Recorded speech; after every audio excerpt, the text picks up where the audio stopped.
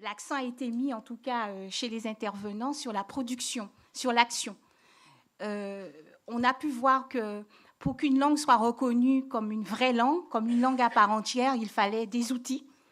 Il fallait qu'elle puisse se doter donc de dictionnaires ou de grammaire. Et on sait que c'est le parcours de toute langue qui veut finalement sortir de cet entre-deux, entre toutes les nominations péjoratives et le statut de reconnaissance qu'elle vise.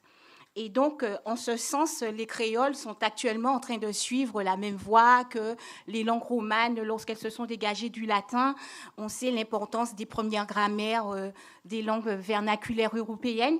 On sait aussi que, ainsi que l'a souligné notre professeur de l'université de Maurice, l'importance de ce dictionnaire unilingue qui a changé la donne et qui a déplacé les représentations des locuteurs. Et je crois que c'est extrêmement important que les locuteurs puissent avoir une représentation positive de leur propre langue, sinon cette langue, elle est quelque part condamnée.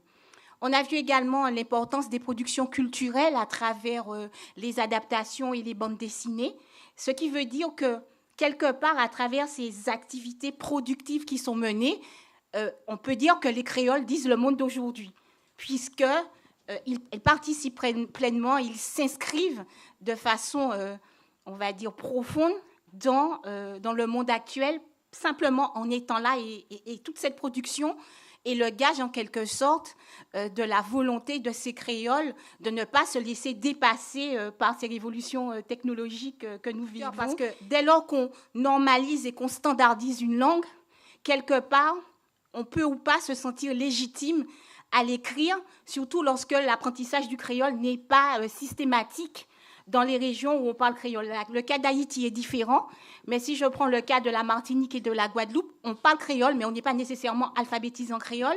Et ensuite, toutes les questions posées par les linguistes, notamment ceux du GIREC, Jean-Bernard Bier, etc., toutes ces questions de décréolisation qualitative, de relexification par le français, fait qu'on a peur parfois d'écrire un créole qui ne serait que du français déformé. Et donc toute la question de la néologie volontariste, la question de comment équiper le créole pour qu'il puisse dire le monde à partir de ressources qui ne soient pas simplement du français déformé.